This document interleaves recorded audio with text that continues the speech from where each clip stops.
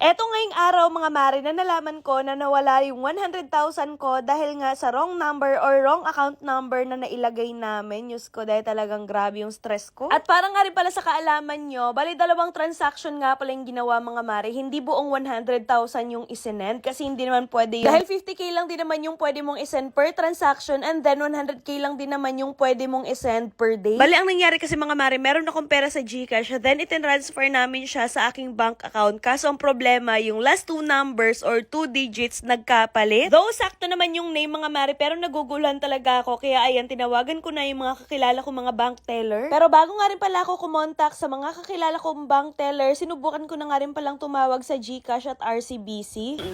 Kasi po, may nag-send sa akin na pera from GCash to RCBC Bank. And ngayon po, namali po yung account number sa pinakahuli. So, ano po bang magandang gawin? At ano po bang mga possible na mangyari? Mababalik po kaya sa akin yun? So, with that po, may have your name to address you properly. So sorry for what happened po, no? But with that po, since GCash kasi yung source bank or source account, kailangan si GCash yung gagawa ng report dito, ma'am. And then, yun po, hindi kasi natin mag-guarantee kung mare-reverse agad yung fund or kung mare-reverse po.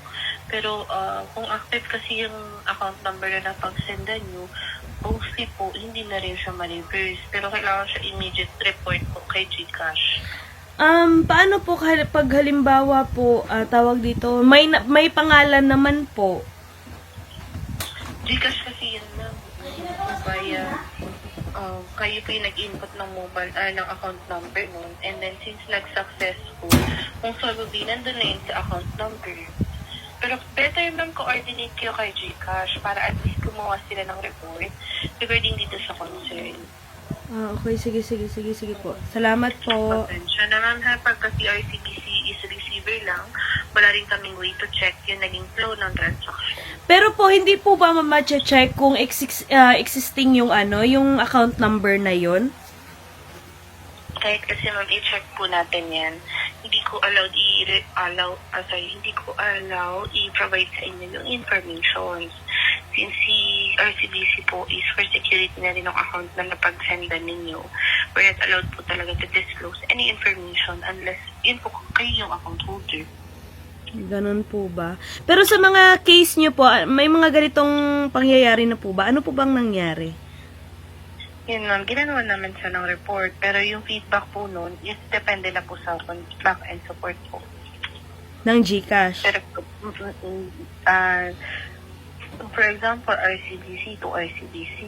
So, ang mangyayari lang doon, reporting ng reversal.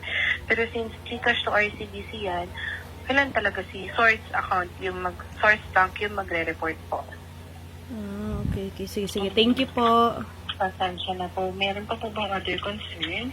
Wala naman po. Sige po, salamat. Okay, thank you for calling RCBC Customer Care. Have a nice day po. So, ayun na nga guys, narinig nyo naman na hindi daw sila makaano sa RCBC. So, ang daw talaga is through GCash.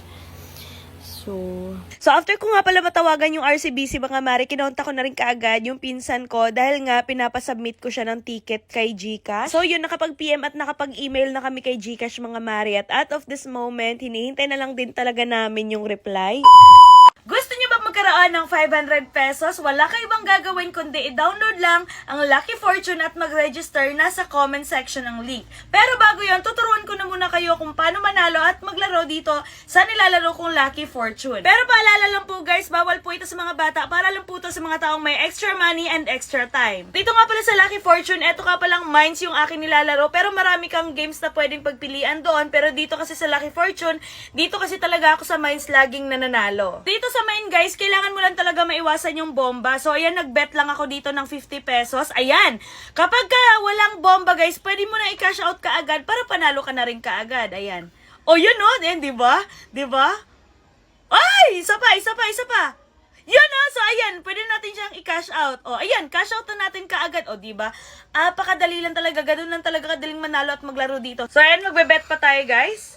Ayan. So, kung gusto mo na i-cash out ka agad para panalo ka na kaagad, i-cash out mo na. Pwede mo na siyang i-cash out. Ganun lang talaga kadaling manalo at maglaro. Ayan, no? Oh, ayan ba? Diba? Nakaano na ako ng isa. Cash out na natin para panalo na tayo kaagad. Ganun lang talaga kadaling manalo at maglaro dito, guys. Ay! Cash out na natin! Hey! Cash out! Cash out! One more. Ayan, no? Ay, cash out na natin. O, diba? Ganun na talaga kadaling manalo at maglaro dito, guys. Kaya sa mga gustong manalo at maglaro, mag-download at mag-register lang kayo. At para sa mga napag-register, mamimigay ako ng 500 pesos GCash. Kailangan nyo lang mag-send or mag-comment ng proof ninyo or screenshot na kayo ay nakapag-download at nakapag-register ng Lucky Fortune.